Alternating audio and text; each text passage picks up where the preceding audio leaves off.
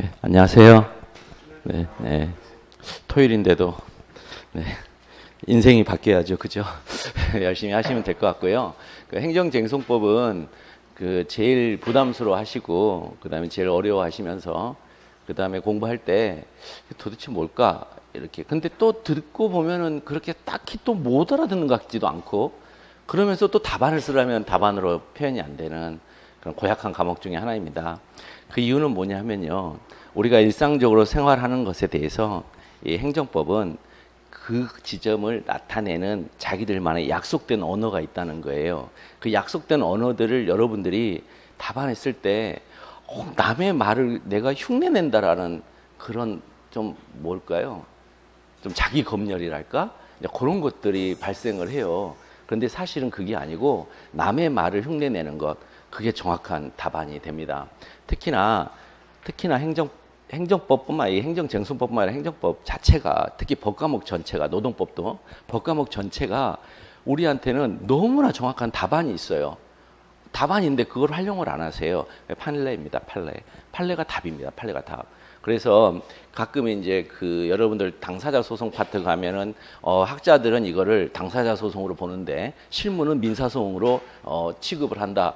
이거는 개떡 같은 소리예요, 한마디로. 그렇게 하면 안 돼요. 판례가 답이에요, 무조건. 그건 교수님들이 그렇게 얘기하는 것은 우리들이 받아들일 때 어떻게 선회를 해야 되냐면, 아, 요거는 이런 방식으로 법이 개정돼야 하는구나. 그렇게 받아들이셔야 돼요, 언제나. 예컨대 그 거부처분에 가서 신청권 파트에서도 여러분들 보실 때 원고적격 문제로 접근을 하시거든요. 지금 이제 무슨 얘기 하는지 못 알아듣는 분도 있겠지만 그냥 알아들으세요. 그냥 그런 것들이 있겠구나라고. 근데 거기도 대상적격설과 판례가 답이에요. 거기도요. 그런데 자꾸 원고적격으로 쓰라고 문제를 내거든요. 아니에요. 답이 있잖아요. 답이 있는데 왜 자꾸만 학자들의 견해로 가시죠. 저는 그걸 도무지 이해를 못 하겠어요. 신림동에서 다 그렇게 가르치거든요. 근데 그렇게 가르쳤음에도 불구하고 별다른 이의가 나오지 않는 이유는 한 가지이기 때문에 그래요. 아무리 잘 쓰든 아무리 못 쓰든 4점 이상 차이가 안 납니다. 4점 이상 차이가 안 납니다. 이거 올해 25문제 제 3문 같은 경우 뭐 행정쟁송법 불이타했다는데 그 지점은 실질적 당사자 소송에 대해서 그냥 자기가 아는 만큼 쭉 펼쳐냈으면 보통은 80%를 만점으로 보거든요. 80%를. 100점 만점에 80%를 만점으로 보세요. 교수님들이. 그럼 80점에 또 80%가 잘 썼다고 하는 답안이에요. 그러면 이제 64점이 이제 잘 썼다고 하는 답안이거든요. 그러면 25점에 80%면은 20점에 80%면 16점이죠. 16점을 잘 썼다고 하는 답안이에요. 거기다가 이제 가산점이 있는 규정들이 있는데 어떤 이런 필수적인 글을 쓰면 꼭 가산점 주세요 하는 내부적인 채점표가 있어요. 그럼 거기다 플러스 1점 정도 맞으면 18점, 19점, 심지어 20점까지 맞게 돼요. 그런데 아무리 못 쓰더라도 12점을 맞게 돼 있어요. 그 내용을 쓰면 답이 틀리더라도. 근데 여기서 답이 틀리다는 말은 결론에서 좀 차이가 난다는 것이지 판례까지 진행되는 그 지점까지는 동일해야 돼요. 판례까지 가는 그 지점까지는 동일해야 됩니다. 자, 그런 것들을 저하고 이번 GS 연기 동안에 같이 이제 하게 될 겁니다. 그리고 가장 이제 중요한 것은 신신당부를 하고 싶은 건 뭐냐면 암기하세요, 암기. 암기하세요. 그냥 암기예요, 암기. 이해 아니에요, 이해 아니에요. 암기예요. 암기를 하라는 이유는 뭐냐면 그 시험장 가서 여러분들 쓰시려면 암기하셔야 돼요. 이해는 그 암기한 상태를 길게 끌어가기 위한 기간의 길이를 길게 하는 수단에 불과해요. 제가 고시 공부할 때 슬램덩크를 너무 좋아해가지고 그 너무 많이 봤는데 거기서 강백호가 그러잖아요. 왼손은 그저 거들 뿐. 예, 암기가 답이고 이해는 그저 거들 뿐이에요. 암기를 길게 하기 위한. 그러니까 지금 딱 들었는데 이해가 되잖아요. 여러분 평생 가시는데 지금 딱 했는데 이해가 안 돼요. 그러면 시험 지금 들으면서 한 20분 지나면 잊어버려요. 근데 그거 들은 적이 있구나라는 기억만 하세요. 그게 시험장에서 이제 수험생이 제일 위험한 기억 중에 인상 기억이라 하는 거거든요. 그 인상 기억이 있게 되면요. 서로 간에 이제 술을 마시든 보통 스터디 할 때 이제 술터디로 이렇게 진행이 가끔 되는데 술을 마시면서 서로 얘기하면 그거 알아? 그러면 그거 들었는데 그럼 상대방이 얘기하면 다 알아들어요. 근데 본인한테 그걸 가지고서 얘기를 해보면 얘기를 못 해요. 이게 인상기억이거든요. 인상기억은요, 이해가 안 되면 20분마다 이게 하나씩 날아가기 시작해요. 이게 이제 그 라이트너라는 사람이 얘기한 건데요. 그 학습법에 중요한 건데 그게 20분마다 우리는 잊어먹으면서 그때부터 들어가기 시작한다. 그러면 그런 기억들을 장기 기억으로 넘겨야 되잖아. 이해가 안 됐더라도 내가 이해를 못 했더라도 어쨌든 시험장에 가서 써야 되잖아요. 그러려면은 복습을 하셔야 됩니다. 그래서 복습이 중요합니다. 복습은 어떻게 하냐면 보통의 이제 수험생들이 수험 기간이 긴 사람들이 복습 방법은 잊어먹을만 하면 이제 봐서 기억을 되살려야지 이렇게 공부하신다고 착각을 하시는데 복습은 그게 아니고 들었던 걸 1시간 이내에 보셔야 복습이에요. 제일 좋은 거 20분 이내에 보는 게 복습인데 또 담배도 태우셔야 되고 그러니까 쉬는 시간에. 근데 제일 좋은 건 쉬는 시간에 바로 보는 게 제일 좋은 복습이에요. 그게 그래야 그 중에 20% 어쩔 수가 없어요. 절대적인 수치는 아니지만 이제 미국에서 혹은 영국에서 학습법을 이제 전공했던 분들이 이걸 실험과 증명을 통해서 한 20%는 날아가는 건 어쩔 수 없대요. 근데 또 40% 정도만 남거든요. 그 중에 나머지 40%는 20분 이내에 복습을 통해서 우리가 잡을 수 있다. 그거를 날아가지 않도록 그런 거니까 복습 좀 철저히 해주시고, 그 다음에 이제 또 당부드리고 싶은 거는 꼭 필기 노트를 꼭 작성하셔야 됩니다. 필기 노트. 필기 노트를 작성하시라 그러면 제가 드린 이제 우리 이제 교재 있잖아요. 교재에다가 쓰시는 분들이 있는데 그건 아니고요. 그 필기 노트를 별도로 작성하셔가지고 복습을 하실 때 노트 먼저 보셔야 돼요. 노트를 먼저 보시면서 그때 수업 시간에 이런 방식으로 우리가 이 얘기를 하고 내가 수업을 들었었지 하고 머릿속에 그림을 살짝 이미지를 올린 다음에 그 다음에 교재를 보세요. 계속 그렇게. 그래서 이미지화 만드는 것을 통해서 우리가 기억을 잡으려고 하는 거예요. 날아가려는 기억을.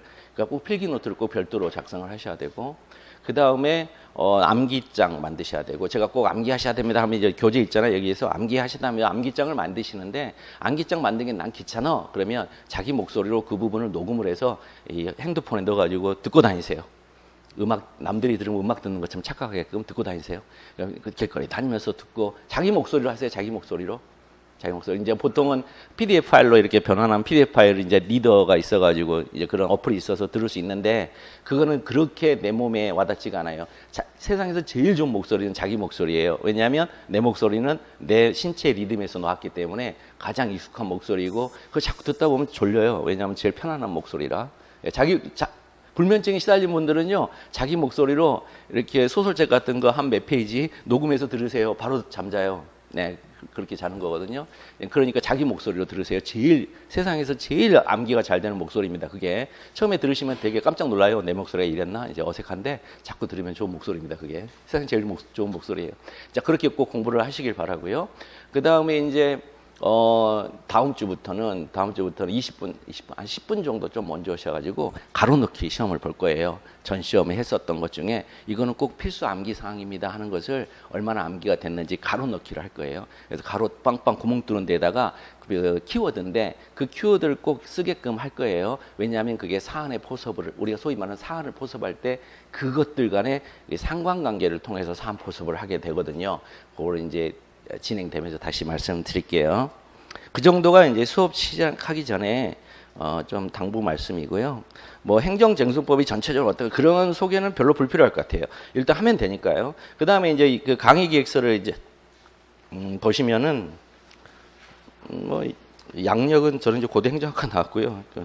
대한민국의 그 3대 최악의 적폐 조직인 고대 나왔고 해병대하고 저기 전라향이 호남향은 있잖아요. 그 중에 하나 나왔고, 그 다음에 이제 신림동에서 5급 공채 행정법 강의하고 있고요. 저는 주로 이제 글 쓰는데 좀 특화되어 있는 강사고요. 그러니까 GS 1기, 2기쯤 가면 이제 여러분들 글 쓰는데 그 첨삭. 저는 이제 첨삭을 어떻게 하냐면 그 문장 하나하나 따라가면서 첨삭을 해요. 그래서 그걸 입법부에서는 축조심사라 하거든요. 축조심사라고 해서 법조문 하나하나 읽어가면서 자, 지금부터 제1조를 읽겠습니다. 그 위원장이 이제 이렇게 돌아가면서 이렇게 법안심사위에서 돌아가면서 읽어요. 제1조 뭐다. 그럼 위원장이 물어봐요. 이 문장의 표현이라든가 문장의 어떤 의미에 대해서 이의 있으신 분은 이 있으시면 말씀하시기 바랍니다. 이 없습니다. 그럼 다음 조문으로 넘어가고 다음 조문 이렇게 쭉쭉쭉 그걸 이제 축조심사라 그래요.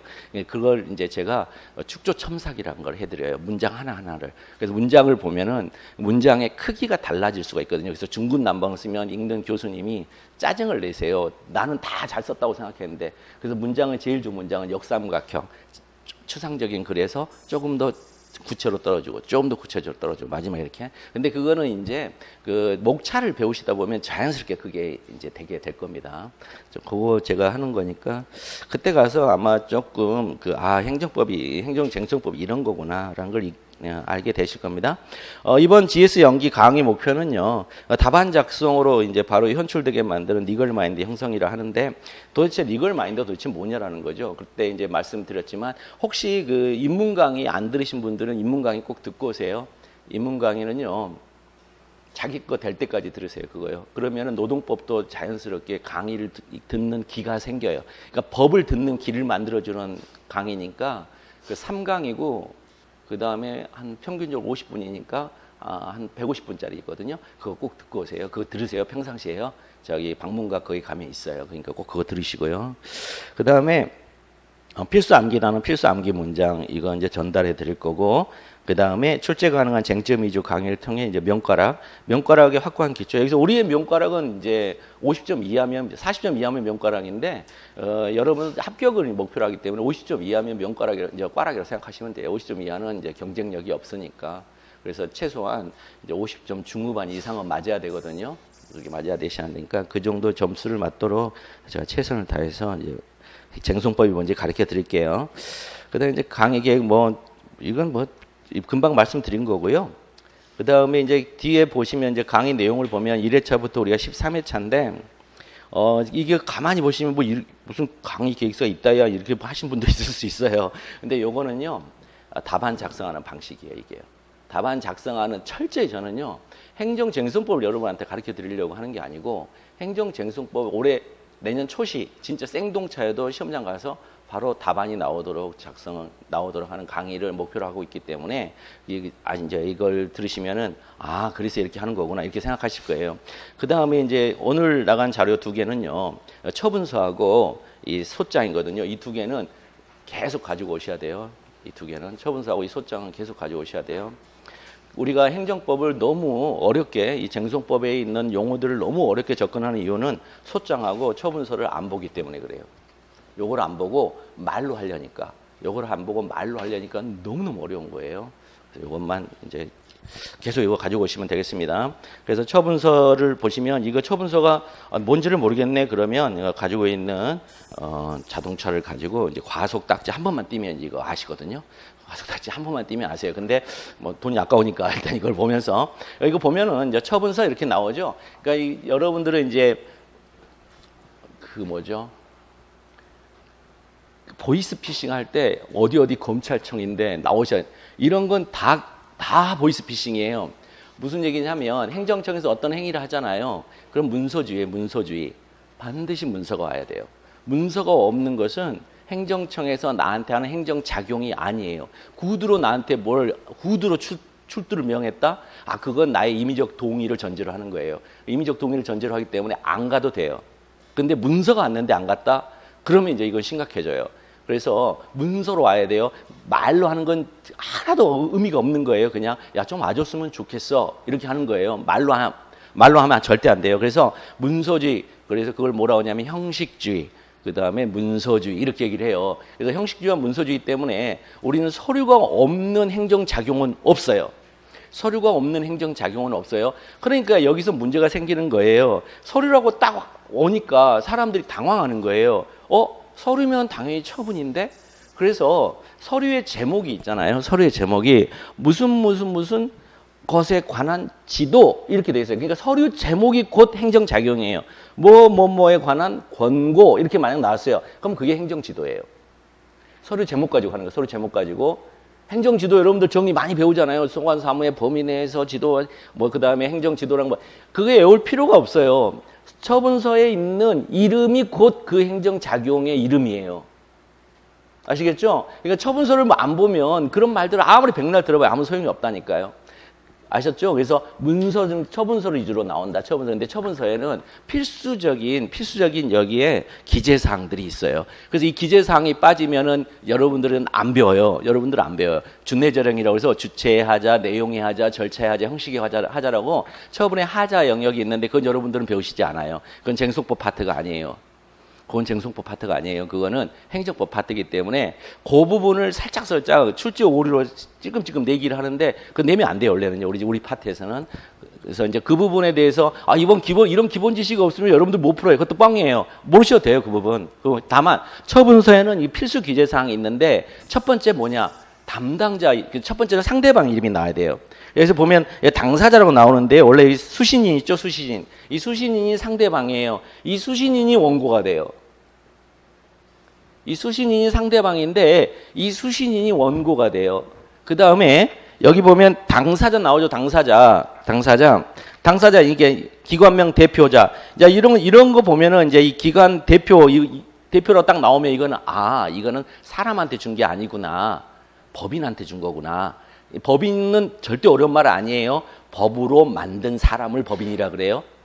법으로 만든 사람을 법인이라 그래요. 아셨죠? 그러니까 그럼 법으로 만들지 않고 그럼 우리는 뭐야? 우리는 법으로 만든 사람이 아니잖아. 그래서 자연인이라 그래요.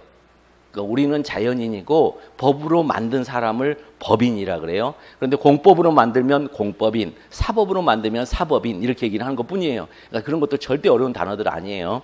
자, 그다음에 그 처분의 내용이 뭐냐면 이게 처분의 종류, 처분의 효과, 처분의 내용 다 같은 말이에요. 처분의 종류, 처분의 효과, 처분의 내용 다 같은 말이에요. 근데 어떨 때는 종류라고 하느냐 그러면은요, 처분을 나눠봤더니 다른 것들이 꽤 많네. 그래서 그걸 나눌 때 이렇게 별도의 것들이 꽤 있구나, 다수가 있구나. 그래서 그걸 종류로 하는 거예요. 그 종류별로 들어가서 그럼 각각의 종류가 갖고 있는 효과가 뭐지? 그 효과가 내용이에요. 그래서 종류, 효과, 내용은 다 동의어예요. 다 동의어예요? 어렵게 생각하면 안 돼요. 절대 그런 거. 그럼 여기도 보면 의료급여기관의 업무정지 47일 이렇게 났죠? 너 업무정지 너 받아. 그렇게 하잖아요, 지금. 업무정지 받아. 누가? 행정청이. 그렇죠? 지금 모르는 말이 나오더라도 그냥 술술 들으세요. 행정청이 너 업무정지 받아 하죠. 그러니까 위에서 아래로 내려서 지금 받으라고 하죠. 그러니까 위에서 아래로 내리니까 하명. 그래서 이걸 하명이라 그래요. 어렵지 않죠? 하명이에요, 하명. 그래서 이걸 강학상 하명이라 하는데 하명이 뭐냐면 행정청이 국민에 대해서 우월적인 지에서 왜 우월적이냐 하면 지가 우월적이기 때문에 원래부터 우월적이기 때문에 우월적인 게 아니라 법으로 너는 우월적으로 처리를 해 이렇게 법으로 줬어요. 그래서 법률에 근거가 있어야 된다 이제 그런 어려운 말을 하는 건데 그래서 위에서 밑으로 때려요. 위에서 밑으로 뭔 처분을 때려요. 그럼 그걸 하명이라 그래요. 그래서 이 우리가 흔히 얘기하는 행정작용 중에 행정행위라는 게 있는데 좀 이따 가르쳐 드릴 건데 이제 진행되면서 이 행정행위에는 하명이 99.9%예요. 그래서 여러분들한테 혹시 행정행위가 뭔지 아세요? 그럼 다 하명을 얘기해요. 다 하명을 얘기해요. 하명이 다 99.9%고 그러면 이제 그 하명을 풀어주는 게 있어요. 이거 업무정지 사실을 때렸다가 야, 너 보니까 너는 원래 좀 잘하는 애였네, 원래.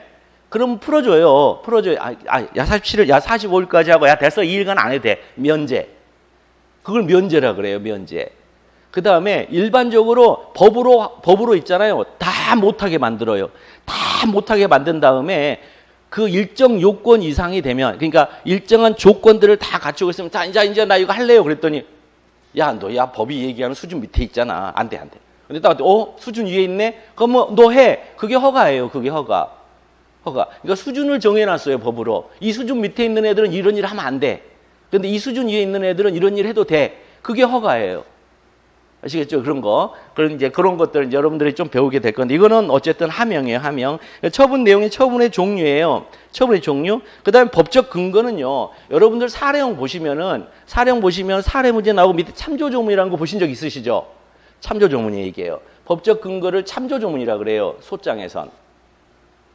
법적 근거가 참조조문이. 그래서 우리 사례 문제 나올 때 그거 판사님이 보시는 거예요. 여러분들은 판사님이 되셔가지고 푼단 말이에요. 행정쟁송법을. 그럼 판사님이 보실 때 이 참조조문이라고 쓰고 들어와요. 소장에. 판사님한테 찔르는 거예요. 판사님, 제가요, 이 처분서를 받았는데요. 이놈들이 저한테, 이런 법을 저한테 적용을 했네요? 그게 소장에 참조조문이라고 들어가요, 그게요. 아시겠죠? 참조조문. 그 다음에 밑에 있는 처분의 이유인데, 이거는 처분 사유예요. 처분의 이유하고 처분 사유가 같은 말이거든요. 그래서 처분 사유라 쓰기도 해요. 행정청에서 공무원이. 그럼 이거 두 개를 뭐라 그러냐? 3호하고 4호는 필수적인 이유 제시예요. 그래서 이유 제시의 하자라고 여러분들이 언뜻 배우기도 하는데 우리하고는 관계가 없어요. 우리 쟁송법하고는. 근데 이유 제시의 하자 중에 하나예요, 이게. 그래서 법적 근거가 없다거나 이 처분의 이유가 없으면 그거는 취소예요. 취소. 무효가 아니고 취소되는 처분이에요. 취소되는 처분. 자, 이런 식으로 이루어져 있어요. 그다음 밑에는 이제 보건복지부 장관은 처분청이에요. 이게 바로 그 유명한. 그래서 여러분들이 이걸 뭐라 하냐면 처분을 행한 행정청이라고 그래요. 이걸. 밑에 여기에 써져 있으면 처분을 행한 행정청이라고 그래요. 여기에 쓰여져 있으면. 여기에 안 쓰여져 있으면 처분을 행한 행정청이 아니에요. 자, 이런 식으로. 그러면 여기에 이게 보건복지부 장관이 없어요. 여기까지 다 나오고. 그럼 이거 무효예요, 그건. 그건 또 무효예요. 또 여기에 지금 뭐가 하나 빠졌어요. 뭐가 빠졌냐면 담당자, 이 업무를, 직무를 담당하는 담당자 성명이 없어요. 그 담당자 성명이 없으면 취소 사유예요. 이것도 취소 사유 지금 서류예요, 지금요. 이 서류 자체가. 자, 이런 식으로 이제 돼 있다라는 거, 이거 살짝 이제 보여드리고요. 그 다음에 이제 소장으로 가서, 소장에서는 제가 취소송의 소장만 지금 갖고 이제 보여드리는 건데, 그 이유가 있어요. 취소소송이 행정쟁송법은 이제 두 개의 법을 가리키는 말이거든요. 행정심판법과 행정소송법을 가리키는 걸 행정쟁송법이라 그래요. 행정심판법과 행정소송법을 합쳐서 행정쟁송법이라 그래요. 그럼 두 법 중에 어떤 법이 먼저 나왔을까요? 행정소송법과 행정심판법 중에 어떤 법이 먼저 나왔을까요? 심판법이 먼저 나왔어요. 행정심판법이 먼저 나왔어요. 신기하죠? 소송법이 아니고. 행정심판법이 어디서 먼저 나왔냐면요. 프랑스요. 프랑스가 이제 행정법을 만든 나라거든요. 행정법을 만든 어머니의 나라예요. 그 다음에 행정법을 이렇게 조금 좀 어설픈 행정법을 이 법처럼 그나마 이렇게 좀 다듬어 준 게 이제 독일이에요. 독일의 행정법이 이제 아버지의 나라죠. 독일은 이제 엘리네크 가문이 만들었어요, 공법을. 아빠가 헌법의 아버지고 아들이 행정법의 어머니예요. 그래서 그 두 가문이 아주 말아먹었어요, 공법을 거기. 그런데 그 엘리네크 가문이 만들었는데 그 행정법이 일본의 이제 식민지배를 통해서 우리나라에 이식이 됐어요. 이식이 됐다가 80년대까지는 일본 행정법을 가지고 우리들이 사용을 했다 보니까 일본을 통해 들어오니까 이게 너무 이상해요. 그래서 80년대부터, 그러니까 70년 후반부터 독일로 직접 유학을 갔다 온 분들이 이양 베끼려면 원본을 좀 충실하게 베끼자. 그래서 이제 원본을 처음엔 충실하게 베끼는 단계를 지나서 이제 지금은 한국 행정법의 토착화 단계로 들어가서 독일 사람들이 오히려 우리나라 행정소송법을 배우러 와요. 너무 잘했다고. 이게 전 세계에서 우리나라에 이렇게 배우는 법과목이 두 개가 있어요. 법학이. 헌법하고요, 행정법이요. 우리나라가 최고죠. 제일 좋아요. 희한해요. 이거 제도가 완비되어 있지 않았는데 운영이 너무너무 기가 막힌 거예요. 그래서 다 배우러 와요. 자부심 느껴도 돼요, 우리는요, 거기는. 반도체하고 그 두 개는 자부심 느껴도 돼요. 하여튼 그래요. 그래서 이 행정소송법이 그 다음에 이제 심판법이 나오고 소송법이 나오는데 그 이유는 뭐냐면 그 행정청의 자기시정이 먼저 이루어져요. 먼저 이루어지는데 자기시정 하라고 했더니 안 하네. 어라 이것들 봐라. 그래서 이제 통제가 들어간 게 제3자의 통제, 다른 기관의 통제. 그게 바로 소송법이에요. 그래서 행정소송법이 이루어지는데 우리한테는 관점은 행정소송법이에요. 통제가 관점이거든요. 그래서 행정소송법에서도 취소소송이 여러분들 이제 오늘 나간 교재에 보면 뒤에다가 일부러 법조문을 좀 붙여놨거든요. 한번 보시면은 보시면 166페이지 보면은 일장 총칙, 그다음에 목적, 정의, 종류, 그다음 항구성, 국외에서의 기간, 명령규칙, 이혼 판결, 공고, 사건 이송, 법 적용예. 그 2장 취소송 보면 1절 재판관할 구조부터 시작해가지고 쭉 저 뒤에 가면 34조까지가 취소송이에요. 그렇죠? 34조 거부처분 취소판의 간접강제가 이제 이 취소송에 관한 거고, 그 다음부터 이제 35조부터 46조까지 있는데 거기는 다 취소송을 준용해요. 구조부터 34조 중에 몇 개 조문은 어떤 건 준용하고 어떤 건 준용하지 않을 거야, 이렇게 돼 있어요. 그래서 올해 실적 당사자 소송을 시험 문제 쓸 때 취소 소송과 공통적인 거 차이 나는 거 요거를 구별해서 쓰면은 고득점 하는 거예요, 그냥이요. 물어보면, 그렇게 물어보면, 예컨대, 무효 확인 소송의 법적 성질을 검토하라. 내년에 만약에 이렇게 나와서, 올해는 당사자 소송이 나왔지만, 올해 확인 소송이라고 해서 그게 확인 소송이 아니에요. 당사자 소송 안에는 확인 소송, 형성 소송, 이행 소송, 어려운 말로 확인 소송, 취소 소송, 그 다음에 청구 소송 이런 것들은 다 당사자 소송이에요. 그러니까 당사자 소송은 또 굉장히 독특한 면이 있는데 그렇게 어려운 거 아니에요. 거기 가서 또 말씀드리면 되겠지만 진짜 어려운 거 아니에요. 그냥 거저 먹게요, 거기도. 어쨌든 이렇게 취소 소송이 중심이고 취소 소송 중심을 가지고서 여기서는 이런 소송의 성질이 있으니까 여기까지는 취소송의 그 법조문을 내가 끌어다 쓸 거야. 그럼 끌어다 쓴다가 준용이에요. 끌어다 쓴다가 준용이에요. 성질이 공통될 때 끌어다 쓴다. 이걸 준용이라 그래요. 어려운 말로. 성질이 공통될 때. 성질이 공통될 때 내가 끌어다 쓸 거야. 이것을 준용이라 그래요. 그래서 준용이 있으면은 갖다 쓰는 거예요. 그 법조문을 어떻게 성질이 공통된 범위 내에서 갖다 쓰는 거예요. 그러면 공통된 성질이라고 갖다 쓰려고 했더니 성질이 공통되지 않은 영역도 있네. 그럼 거기다가는 적용을 못 해요. 그런 것들을 조금 이제 배우실 거예요. 그걸 리걸 마인드를 하거든요. 리걸 마인드는요. 어떤 그 현상이 있을 때 그 현상에다가 이름표 붙이기예요. 이름표 붙이기. 그 이름표를 내가 쓰면 교수님이 그 현상을, 채점자가 그 현상을 머릿속에 그려요. 그래서 똑같은 그림이 그려지면 고득점 하시는 거예요, 그냥. 자, 그런 식으로 이제 진행이 된다는 겁니다. 그래서 이 취소송의 소장을 일단은 정확하게 이제 보셔야 되거든요. 이 취소송의 소장을 정확하게 보시는 건데, 이 소장을 이제 보시면은 원고, 피고 이렇게 나와 있죠. 그 다음에 파면 처분 취소 청구에서 청구 취지, 청구 원인, 입증 방법, 첨부 서류 이렇게 나와 있어요. 그럼 이 원고 있잖아요. 원고. 이게 원고 적격의 문제예요. 그래서 법조문으로 치면은 행정소송법 12조 제1문의 문제예요. 이게요. 행정소송법 12조 제1문의 문제고 피고란에는 행정소송법 13조에 해당하는 법조문의 13조에 해당하는 처분청의 이름을 여기다 쓰는 거예요. 피고에다가.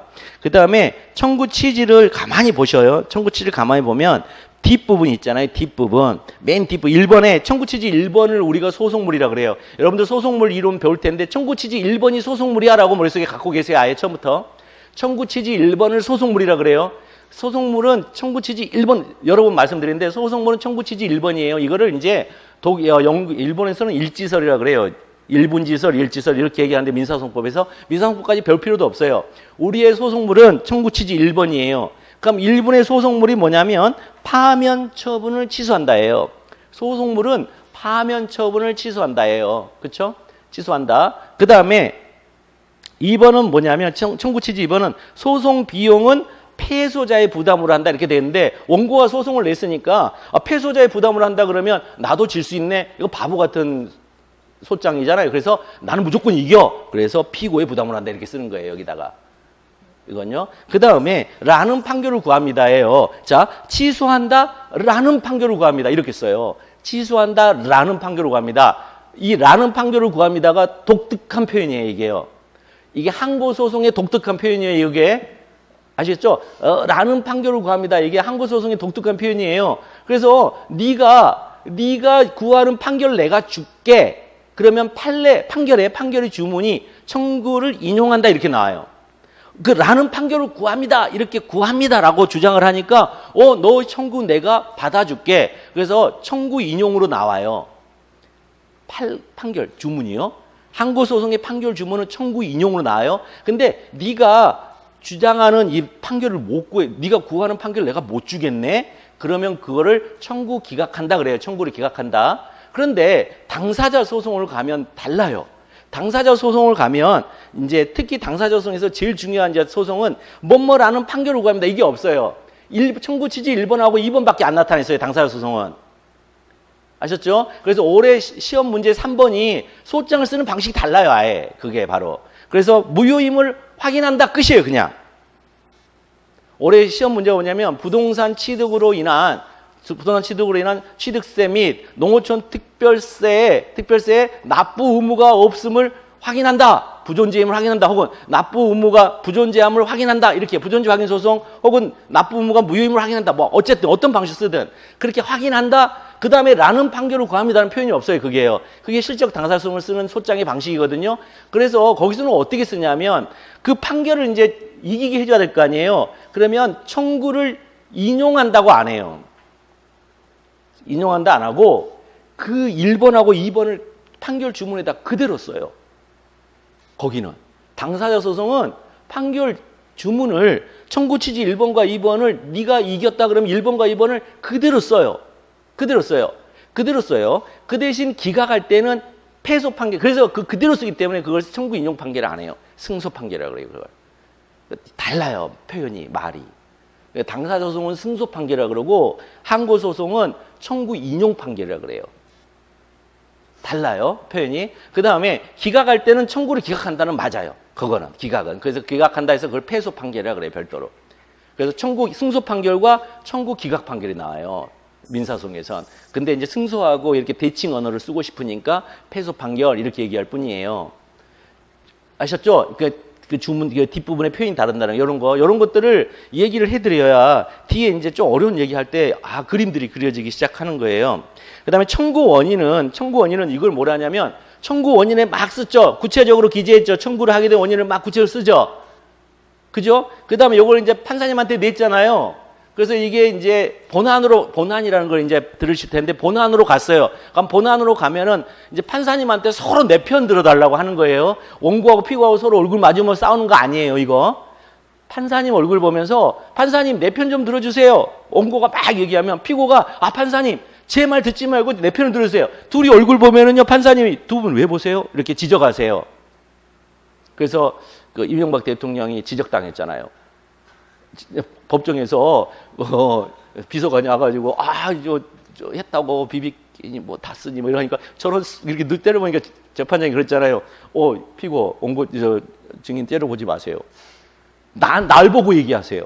이거를 어려운 말로 대심구조라 그래요. 요걸 대심구조, 삼면관계의 대심구조라 그래요. 그럼 대심구조에서는 당연히 두 가지가 필요해요. 주장과 입증이 필요해요. 주장과 입증이 필요해요. 그래서 이 청구 원인이 주장 책임이에요.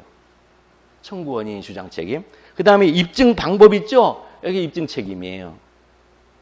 입증 방법이 입증 책임이에요. 그런데 이거 서류잖아요.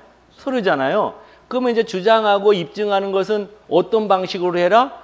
변론해라 그래요. 변론주의라 그래요, 그걸. 그럼 변론주의에는 앞에 수식어가 붙어요. 구두변론주의라고. 아시겠죠? 변론주의의 반대말이 원래는 세상에 반대말은 없거든요. 그냥 대칭어가 있을 뿐인데 우리가 반대말을 하자고요. 이제 좀 알아듣기 쉽게. 그럼 변론주의의 반대말은 서면심리예요. 서면심리주의. 서류로만 하는 거. 서면심리로 하는 게 뭐가 있냐면 헌법소원이 서면으로만 해요. 헌법소원이 서면으로만 해요. 그런데 구두변론주의 꼭 말로 싸워야 돼요. 서류로 내면은 싸운 게 아니에요. 그러니까 어떻게 하죠? 소장을 읽습니다. 변호사가. 청구 원인을 읽어요. 청구 원인을 읽는데 그거 읽는데 시간 다 가요.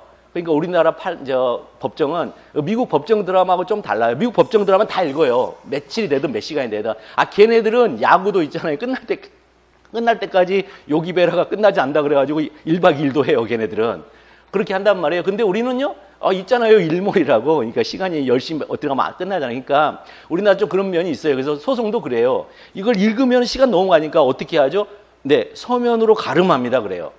서면으로 가름합니다. 주장을 서면으로 가름합니다. 그럼 여기 써져 있는 거 판사님 네가 읽어봐라. 그런 뜻이에요. 판사님 얼마나 싫어하겠어요. 사실은. 근데 그렇게 해요. 소송의 촉진을 위해서 그렇게 해요. 그러니까 서면으로 가름한 게 너무 많아요. 사실은 읽어야 되거든요. 판사 면전에서 판사한테 침 튀겨가면서 막 읽어야 돼요.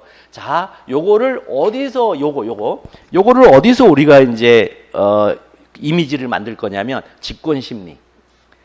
행정소송법 26조에 있는 직권심리를 알기 위해서는 요 소장을 알아야 돼요. 요 구조를. 직권심리 아무것도 아니에요. 그거 어려운 거 아니에요. 그 다음에 입증 방법은 뭐냐면, 이 청구 원인을 주장한다고 그랬잖아요. 이 주장한 사실이 있네요? 판사님이, 주장만으로 내가 있는지 그걸 어떻게 알아? 이거 증거 여기 있잖아요. 이렇게 해서 말로 증거를 내는 거예요. 말로 증거를 내는데 입증 방법에 보면요. 제일 중요한 입증 방법이 제일 중요한 게 처분서예요, 처분서. 지금 처분서 여기 징계 의결 통보서 이거 처분서잖아요. 징계 의결을 받은 거잖아요, 내가. 그러니까 징계 의결 처분서예요, 이게 바로. 그러니까 처분서가 제일 중요해요. 그러면 입증 방법에는 세 가지가 있어요. 말로 하는 입증 방법이 있고, 두 번째는 서류로 하는 입증 방법이 있고, 세 번째는 물건으로 하는 입증 방법이 있어요. 이번에 그 화성 연쇄 살인범 잡았잖아요. DNA. 그 물건이잖아요, 그런 거. 그죠? 그러면 이제 말로 하고, 서류로 하고, 물건으로 해요. 그럼 말로 하는 걸 뭐라 하느냐? 말로 하면 한자 한마디로 하죠. 말씀언. 입증 방법의 증. 그래서 증언이라 그래요, 그걸. 말로 하는 입증 방법을 증언이라 그래요. 쉽죠? 그 다음에, 그럼 물건으로 하는 입증 방법은요? 물건의 물자, 입증 방법의 증자, 뭐예요? 물증. 그래서 그걸 물증이라 그래요.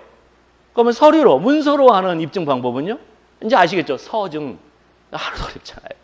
하나도 어렵잖아요. 그러니까 말들을 만든 거예요. 수학적인 방식으로 말을 만들어요. 그러니까 이 법이라는 건 말로 하는 수학이에요. 말로 하는 수학. 다 수학적인 거예요, 이게 다. 그래서 여러분들 이제 혹시라도 이제 TV 보면 증언. 그러면 증언이 있다고? 먼저 뭔가 주장이 있었겠구나. 그러니까 주장이 있었으니까 판사님한테 그 주장이 존재했음을 강하게 내 편으로 끌어당기기 위해서 저런 걸 들이대서 막 하는 거구나. 이제 아시겠죠? 어떤 건지. 단순하게 증언은 주장이 아니에요. 그래서 증언은 그런 식으로 이루어졌다. 첨부 서류는 보면은 이제 증언을 하는데 증언이라는 것은 날아가잖아요. 말을 내고 싶은데 거기서 법정에서 말을 하면 속기사들이 여자 둘이 마주보고 앉아 팍 치잖아요. 이제 그것은 이제 말을 담는 거죠. 그 다음에 그 말을 녹음을 하고 이제 이렇게 하는 건데 우리들은 어떻게 하죠? 일상생활에서 대화를 통해서 미안하다. 이거 중요한 거니까 내가 녹취 좀 뜰게. 우리 녹화 좀 하자. 녹화해요. 말이죠. 그 다음에 녹취 떠서 서류에다가 그래서 꼭 법정에 낼 때에는 그 녹화된 테이프하고 녹취를 같이 해요. 그래서 이 첨부 서류에 두 개를 같이 내요. 그런 식으로 첨부 서류에 그래서 녹취로 그 다음에 그래서 그걸 물증 제1호, 물증 제2호 이렇게 해서 돼요. 그 다음에 가서 또 증언대 서가지고 직접 그 말하고 동일한 말을 또 해야 돼요. 그 말에 그래서 두 개 일치성을 따져요. 근데 말이 서로 헷갈려. 그러면 이제 그걸 증언의 신빙성이 사라졌다. 이렇게 얘기를 해요. 자, 그런 얘기들을 합니다. 자, 그런 식의 이게 첨부 서류는 바로 그런 것들. 그게 서류로 다 내는 거예요. 다 내는 거. 자, 이런 식으로 돼 있고요. 이거는 이제 소장은 앞으로 진행되는 과정에서 이제 계속해서 할 거예요. 계속해서 할 거고요. 자, 이 정도가 좀 기본 작업이에요. 수업에 들어가기 전에 기본 작업. 그러니까 지금까지 들었던 것 중에 좀 알아듣기 힘든 말들, 용어들 있을 텐데 너무 걱정하지 않으셔도 됩니다.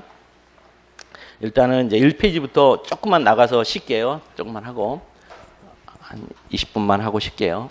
자, 행정소송의 이제 전제인데요. 행정소송의 의미, 기능 1장이 그 다음에 뒤에 이제 보면 2장이 행정소송의 종류고요. 그 다음에 이제 3장이 행정소송의 한계 이렇게 되어져 있어요. 자, 이거 되게 어렵죠. 이제 말 자체가 되게 어려운데 이건 그렇게 어려운 게 아니에요. 그렇게 어려운 게 아닌데 제가 말로 하면 정말 어려워요. 그런데 이거를 금방 봤던 서류 가지고 보면 하나도 어렵지가 않아요. 일단 볼게요. 행정소송의 의미, 기능. 행정소송의 의의라는 건 뭐냐면 행정소송이란 행정법상의 법률 관계에 관한 분쟁에 대하여 법원이 정식 소송 절차에 의하여 행하는 재판이다 이렇게 하고 있어요. 그럼 여기가 이제 말로 하는 수학이라고 그랬죠? 말로 하는 수학이라고 했어요. 그다음에 행정소송의 대상이 뭐냐 그랬더니 행정법상의 법률 관계에 관한 분쟁이네. 이게 대상이에요. 대상. 행정법상의 법률 관계에 관한 분쟁이야. 다투는 게. 그러면 행정법상의 법률 관계에 관한 분쟁이니까 소장이 어디에다 쓴다고요, 그걸? 청구취지 1번에다요. 행정법상의 법률 관계에 관한 분쟁이니까 이거 어디다 써? 청구취지 1번, 소장 청구취지 1번에 쓰는 거야. 그래요, 이거예요. 소장 청구취지 1번에 쓰는 거야. 그 다음에 거기에 대해서 누가 한다? 법원이 주체가 돼서 행한다. 아까 얘기했죠? 둘이 원피고 다투지 않는다고. 판사님 내 편 들어주세요. 그 판사라고 안 하고 우리 이제 법에서는 법원이라고 그래요. 그래서 판사 한 사람 한 사람이 다 법원이에요. 아시겠죠? 판사 한 사람 한 사람이 우리 눈에 안 보이는 기능적 법원이에요. 그 판사들이 모여 있는 건물로서의 법원이 있고, 아시겠죠? 혹시 크리스찬 있으면 알아듣기 쉬운데, 크리스찬들은 크리스찬 한 사람 한 사람이 교회예요. 그런데 그 교회인 사람들이 모여 있는 걸 예배당이라 해놓고 교회라는 문패를 붙여놨잖아요. 그거 똑같은 구조예요.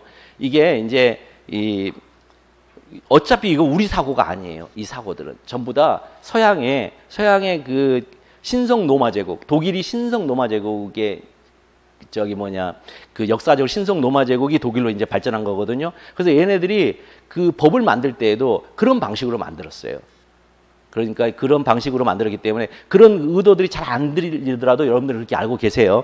자, 그래서 이 법원이 어떻게 한다? 정식 소송 절차에 의한 재판이다. 여기 정식 소송 절차가 뭐냐는 거예요. 정식 소송 절차가 소송법을 적용하는 절차다, 그런 뜻이에요.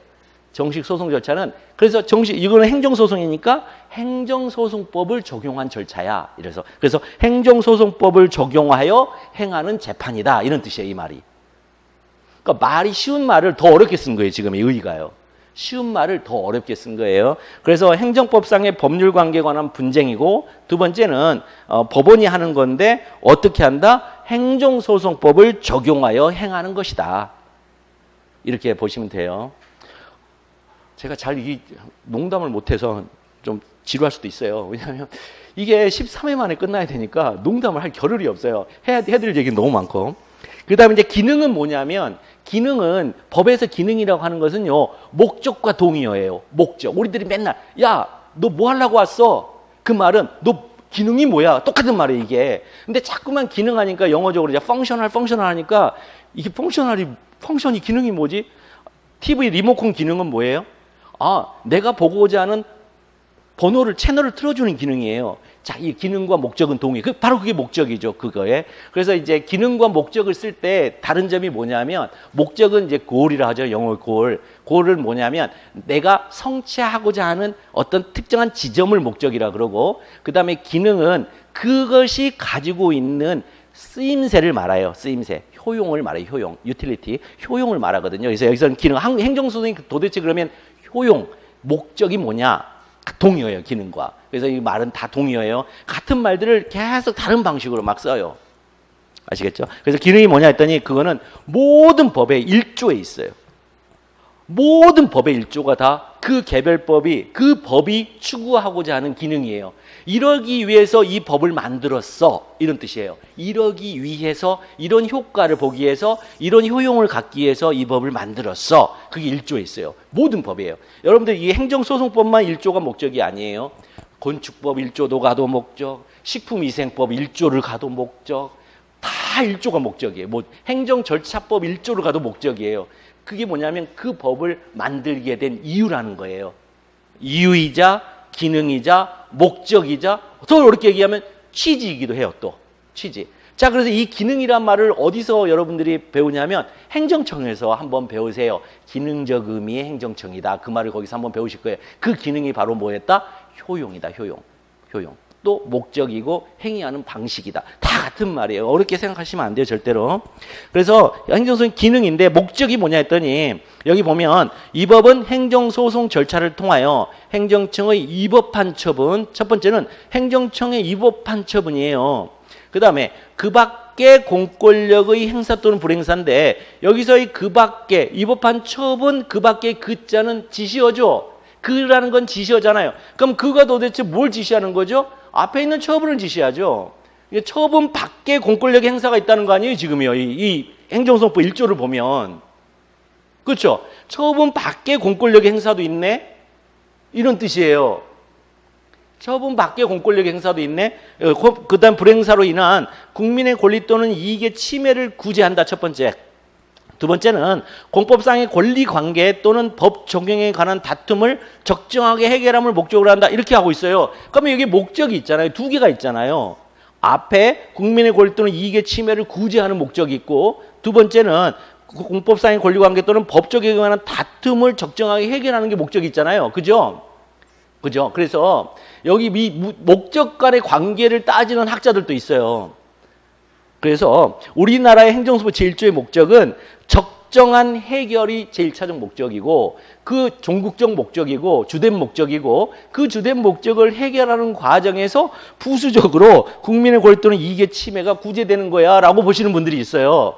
그분들이 원고적 기억하면요 소송상 보호가치는 이익구제설까지 나가요. 이게 이제 이런 것을 보는 시각이 1조를 보는 시각이 저 뒤에 이제 구체적인 법조문을 해석하는 데 있어서 시각 차이를 가져오는 거예요. 이게요.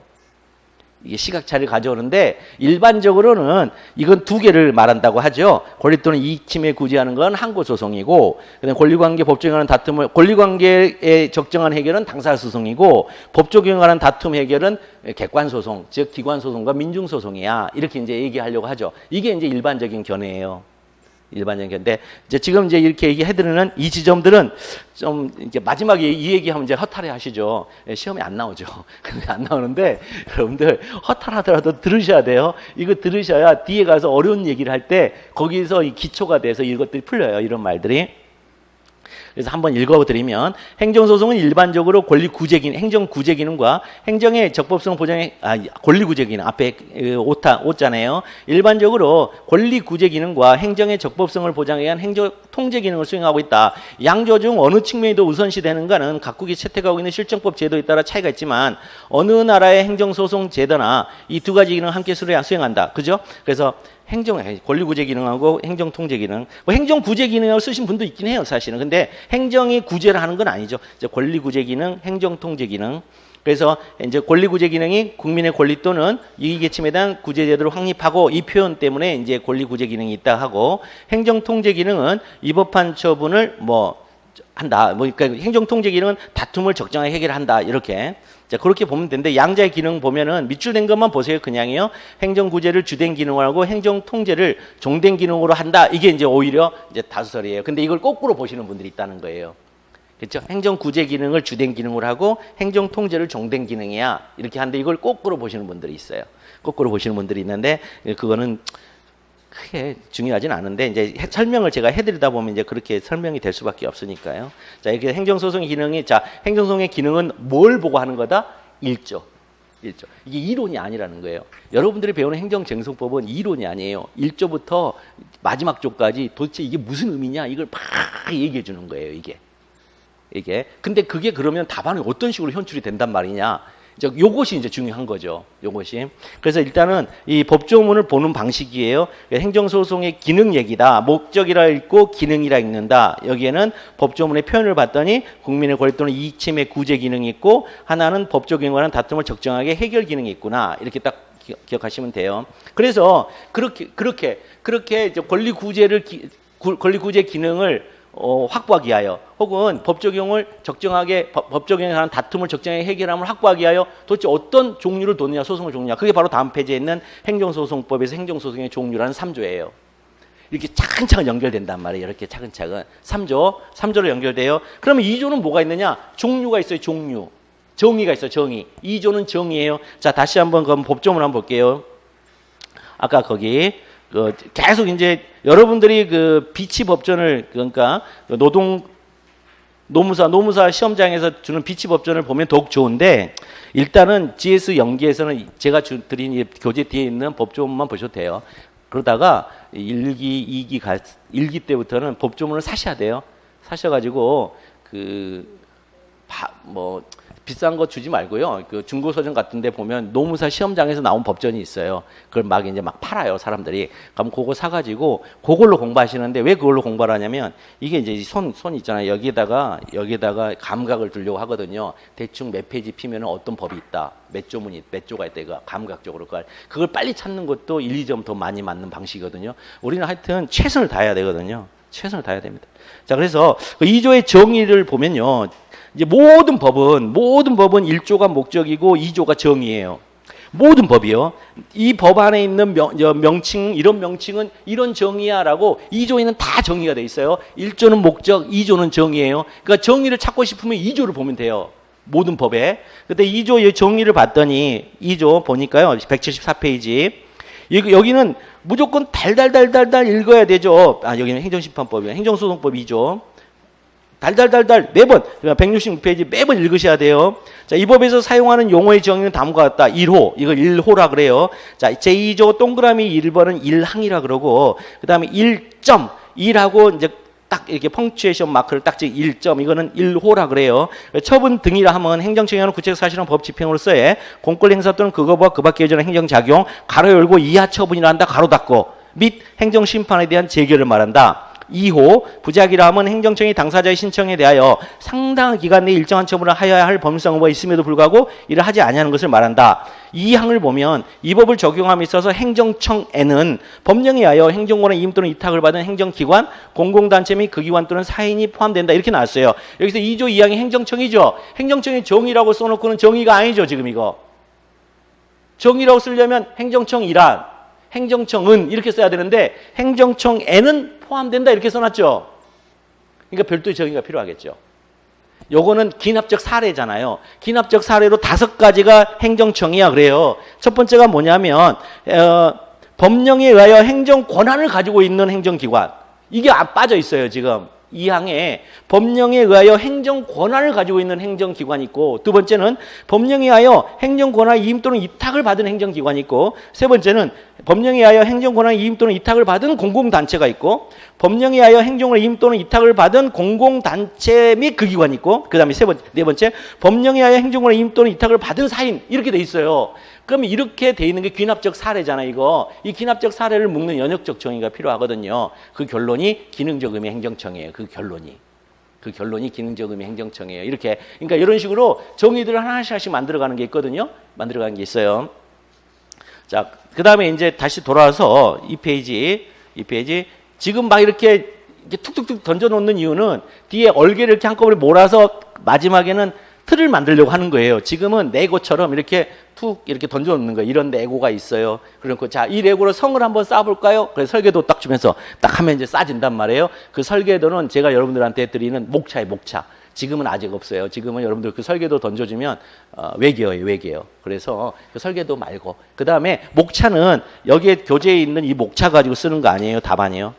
이거 가지고 쓰는 거 아닙니다. 이 사례형 목차는. 그래서 한번 이제 레고들을 좀 던져드리는 거니까. 그래서 이 장에 이제 행정소송의 종류는 뭐냐면, 종류는 행정소송은 다음에 4가지로 구분한다. 그래가지고 1호 항고소송, 2호 당사자소송, 3호 민중소송, 4호 기관소송. 그래놓고 4조 가면 항고소송을 또 얘기를 해요. 1호 취소소송, 2호 무효동항소송, 3호 부작위방소송. 그러면 행정소송법에 대한 행정소송의 종류는 총 몇 개예요? 6개요. 총 6개죠. 취소소송, 무효동항소송, 부작위방소송, 당사자소송, 민중소송, 기관소송. 총 6개잖아요. 그죠? 총 6개예요. 총 6개. 그중에 여러분들은 이제 취소소송하고 무효동항소송, 부작위방소송 이것을 이제 주로 배우시고, 그 다음에 이제 당사자소송이라는 것은 뭐냐면, 원고와 피고를 누구로 쓸 거냐에 관한 소송이에요. 아시겠죠? 항고소송은 피고가 행정청이에요. 그러면 행정청은 사람이 아니문이다. 사람이 아니에요. 행정청은 사람이 아니에요. 사람이 아니고 기관이에요. 기관. 그러면 이 자연인을, 법인을 있잖아요. 자연인에 빗대어서 자꾸 설명을 한단 말이에요. 그럼 우리 자연인한테는 뭐가 있어요? 우리 몸 안에 밥 먹으면 소화기관이 있죠. 그 다음에 뛰고 구르고 하는 운동기관이 있죠. 그 다음에 안에 피가 돌고, 폐와 허파를 통해서 피가 돌고 혈관이 있는 거 심혈관 기관이라 하죠. 자, 기능에 따라서 기관들을 구별했단 말이에요. 그것처럼 법으로 만든 사람도 기관을 구별해 놨어요. 그럼 법으로 만든 사람 중에 대표적인 게 2명이 있어요. 공법일은 딱 2개밖에 없어요.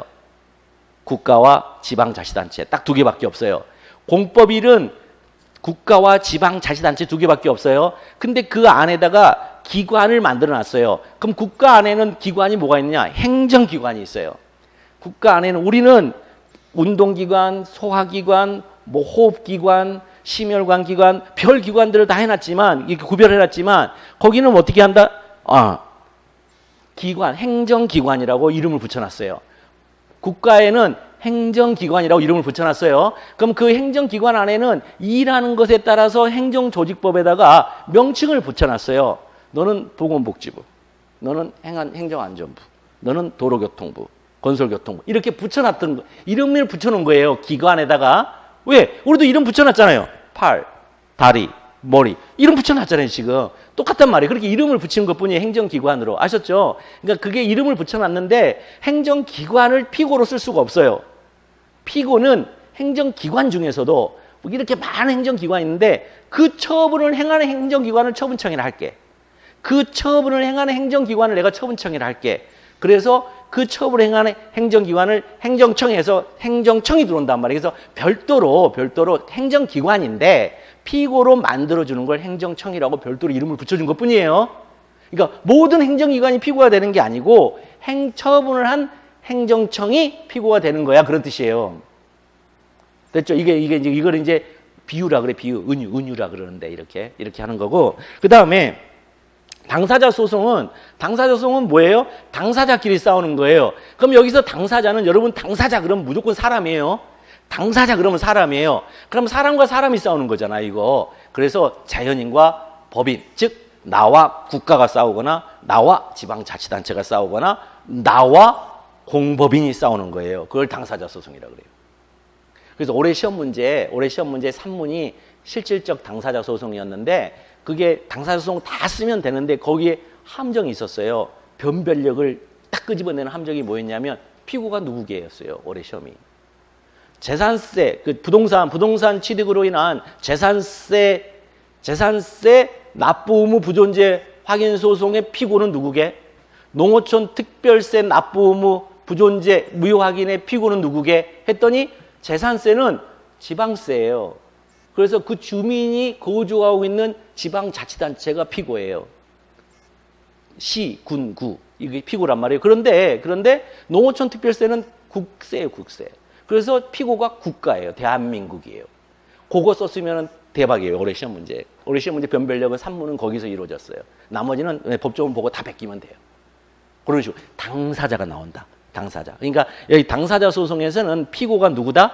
처분청이 아니고 그 처분청이 속해 있는 법인, 그 처분청이 속해 있는 법인, 즉 팔다리가 속해 있는 그 사람, 팔다리가 속해 있는 그 사람이 나온다는 거예요. 그러면 국가기관이면 국가가 나와야 되고 지방에는 2개밖에 없어요. 기관이 의결기관인 지방의회와 집행기관인 지방자치단체 장밖에 없어요. 그러면 그 기관들이 잘못했을 때 내가 손해를 받았어. 그러면 그 지방자치단체를 불러내는 거예요. 너 나와 임마 이렇게. 강남구 너 나와 이렇게. 아시죠? 그러니까 피고가 그렇게 달라진다는 거예요. 그것이 이제 올해 시험 문제였어요. 그러니까 당사자 소송 그런 거예요. 그러니까 당사자 소송은 원고를 누구로 쓸 거야? 그거예요. 원고를 누구로 쓸 거냐? 그러니까 처분청을 쓰면은 당사자 소송 부적법 소각화 당하죠. 원고를 잘못 썼기 때문에. 근데 부적법 소각화를 안 해주고 피고 경정을 해줘요. 전부 다. 법관이 이제 판사님이 이건 피고를 잘못 적으셨는데 이렇게 좀 바꾸실 의향이 있으세요? 그랬더니 저 판사가 미쳤나? 왜 나한테 저지랄이야? 그러면서 안 바꿀래요. 무조건 소각하. 그러니까 판사님 뭔 얘기를 하면은 본안으로 들어갈 때 무슨 얘기를 하면 그건 다 나한테 좋은 얘기예요. 원고한테. 원래. 근데 이제 조금 나이 드신 분들이 가면은 이제 막 이제 이 법에 사법부에 이제 불신이 오래 박히신 분들은 이거 봐라 이거 나 지게 하려고 저거 안 들어주세요. 이게 어디로 가면 성명권이라는 데서 그러거든요. 저 원고 지금 얘기하는 게 혹시 이런 얘기 맞죠? 이렇게 얘기하면 아니 판사님 왜 이상한 소리 하세요? 아까 제가 그 얘기 했잖아요. 그러면 져요. 그러면 이제 이게 성명권에 관한 거예요. 즉 직권심리. 이제 그 본안 가면 그런 얘기들이 되게 많이 나와요. 소송에서. 자, 그런 거. 자, 그런 거고요. 그다음 민중소송하고 기관소송은 불행하게도 여러분들한테 시험 문제 못 내요. 불행한 건가? 자, 민중소송은 뭐냐면 딱 하나밖에 없어요. 우리나라에. 민중소송 우리나라에 딱 하나밖에 없어요. 시험 문제 낼 만한 게 지방자치법 17조에 있는 주민소송이에요. 주민소송. 주민들이 소송을 제기하는데 아니 주민소송의 대표적인 게 이제 사랑의 교회 사건이거든요. 서초 사랑의 교회가 그 역에서 서초역에서 그 예배당 앞까지 이렇게 밑에 이제 이렇게 도로를 놨거든요. 그러면 이게 도로는 절대로 사유지를 줄 수가 없어요. 그래서 기부채납을 한단 말이에요. 기부채납이란 건 딴 거 아니에요. 어려운 말 아니에요. 기부채납 어려운 말 아니에요. 기부채납은 뭐냐면 내가 국가나 지방자치단체한테 내 재산을 주는데 국가가 나한테 대가를 안 줘요. 그걸 기부채납이라고 그래요. 그 기부 체납하고 똑같은 게 뭐냐면 여러분들 혹시 가시다가 굉장히 불쌍한 사람이 이렇게 있을 때 돈 한번 던져 이게 기부 체납이에요. 근데 그 상대방이 국가일 뿐이에요. 그러니까 국가가 거지인 거예요. 기부 체납은. 아시겠죠? 국가 거지예요, 거지. 막 삥 뜯는 거예요. 근데 삥 뜯는데 두 가지 경우에 삥 뜯어요. 하나는 전시사 때. 사변이라든가 이런 전시. 그다음에 사회 극도로 혼란됐을 때 삥 뜯는 거 있어요. 그걸 징발이라고 그래요, 그건. 이게 이름들이 다르단 말이에요, 이름들이. 법이라는 건 항상 상황에 따라서 똑같은 행위를 하는데 각 상황별로 똑같은 행위를 다른 이름을 붙여줘요. 왜? 이 법과 적법의 경계선이 다르다는 거예요. 상황별로. 그래서 다른 이름을 붙여줘요. 근데 이제 이거는 기부채납이에요. 그래서 사랑교회가 그거 하면서 기부채납을 했어요. 국가에 냈어요. 서초구에 냈어요. 서초구에 강남구인가? 그 구가 모르겠는데 하여튼 그쪽에 줬어요. 기부채납을 했어요. 서초구에 했겠구나. 서초구에 이제 기부채납을 했는데 그게 이제 기부채납을 하면은 이게 재산이 두 개 중에 하나로 가요. 행정재산과 옛날엔 잡종재산이라고 이제 나이 드시면 아실 텐데 잡종재산을 지금은 일반재산이라고 이름을 바꿨어요. 잡종하니까 좀 이상하잖아요. 무슨 잡종견도 아니고 이상하니까 일반재산, 행정재산 이렇게 바꿨어요. 그러면 행정재산일 때는 저명허가를 받아야 돼요. 도로 저명허가. 도로 저명허가. 그러니까 국가로부터 혹은 지방자치단체로부터 허가를 받아야 돼요. 그런데 잡종재산은 일반재산은 내가 살 수가 있어요. 그냥 사버리면 되거든요. 근데 이게 기부채납을 하면 행정재산이기 때문에 내가 만든 재산인데 기부채납을 했기 때문에 내가 허가를 받아서 사용을 해야 돼요. 그런데 그 허가를 받아서 사용할 때 독점적으로 사용하면 주민소송의 대상이 돼버려요, 이게요. 그 물건을 행정재산은 공유물이기 때문에 누구나 다 사용해야 된단 말이에요. 그런데 지가 독점적으로 사용하잖아요? 그러면은 큰일 나요. 큰일 나요. 주민소송의 대상이 돼요. 그래서 주민소송의 대상이 되면 심지어 정치적 책임을 물어야 돼요. 구청장이. 특혜를 준 거거든요, 그게. 그래가지고 이제 요게 1심과 2심까지 갔을 때는 이게 행정재산으로서의 성질을 잃지 않았다 그래요. 왜냐하면 이게 이제 사랑교회 신도들만 다니는 것뿐만 아니라 서초구 구민들도 좀 몇 명씩 이용한다 이렇게 한다는 거예요. 그런데 대법원에서 이게 파기환송됐어요. 그거 주민소송의 대상이 돼 이렇게 하면서 원래는 주민소송 대상이 안 된다면서 계속 각하 이랬거든요. 그런데 대법원 가서 그 주민소송 대상 되는 거야 그래 버려요. 왜냐하면 야 겉으로는 행정재산인데 안에 들어가서 보니까 니들만 사용하잖아. 니들 재산인 것처럼 사용하잖아. 그러니까 이거는 주민소송의 대상이 되는 거야. 그래서 이제 원래는 이제 이 사용료를 내거든요. 저명 허가를 할 때 그 사용료를 냈어요. 서초구청에. 근데 사용료를 냈는데 우리 대법원에서 그 사용료는 야 그 임대료야 그래 버렸어요. 말은 사용료인데 그 사실 임대료야. 그러면서 고등법원은 다시 파기환송해가지고 그게 이제 철거 이익에 몰려 있죠 지금. 철거 이익에 몰려 있으니까 사랑교회에서 야 우리는 서초구청 말만 듣고 이거 했는데 니들이 지금 우리한테 말 잘못했네. 국가배상 갈 거야. 이제 그래서 국가배상 안에는 지방자치단체한테 배상 청구하는 것도 국가배상이라고 그래요. 큰 틀에서 국가배상법 2조가 적용되니까. 그래서 국가배상으로 갈 거야. 이렇게 하는 거죠. 그 다음에 우리 그러면 이제 그 원상회복을 해야 되거든요. 철거를 하거나. 그러면 철거를 안 하잖아요. 그러면 이제 계속해서 여러분들 간접강제 배우세요. 간접강제 매년 얼마씩 내야 돼요. 그 차라리 내고 우리가 사용할게. 돈이 얼마나 많은지 몇 억이거든요. 그거 사용할게. 이렇게 이제 나오고 있죠. 하여튼 그게 바로 이제 그 민중소송이고 또 기관소송도 여러분들한테 못 내요. 시험은 시험범위 아니에요. 기관소송. 그러니까 객관소송은 이 행정소송법에 있는 것만 보시면 돼요. 깊이 못 들어가요, 이거. 기관소송은 뭐냐면 지방자치단체가 지방의회에서 의결을 하거든요. 의결에는 여러분들 조례만 생각하는데 의결 중에 제일 큰 의결이 뭐냐면 사업 의결이 제일 커요. 체육관 짓겠다는 둥, 뭐 하나 하겠다는 둥, 무슨 동상을 만든다는 둥, 기념관을 건립. 이게 다 선심성이고 그다음에 그 주민들의 삶의 질의 향상과 아무 관계가 없는데 이제 그런 걸 통해서 이제 재선도 하고 이러려고 하거든요. 케이블카 놓고 뭐 이런 거. 근데 그 의결을 했더니 그 의결이 너무 이거는 말이 안 되는 거예요. 근데 보통은 지방자치단체가 정말 심각한 게 이제 토호들하고 건설 토호들하고 서로 이제 이렇게 짬짬이를 해서 야 이번엔 네가 이 사업 맡아. 다음에 이제 우리가 이 사업 맡을게. 이렇게 하니까 이게 통제가 들어가요. 국가에서. 그래서 야 재의결 요구해. 했더니 지방자치단체 장이 재의결을 요구하면 상관이 없는데 이 재의결을 요구 안 하네. 그러면 이제 국가가 직접 이제 그거 이제 재의결을 요구하게끔 했는데 재의결이 나와버렸어요. 또 재의결이 나왔는데 지방자치단체장이 아무런 액션을 안 취해요. 왜냐하면 이제 정당성을 확보했다 이거죠. 그러니까 국가에서 그걸 소송으로 갖고 갑니다. 그걸 기관소송이라 그래요. 기관과 기관이 다툰다. 그래서 원고도 기관, 피고도 기관. 그래서 원고가 누구냐면요. 원고가 누구냐면 지방자치단체장이에요.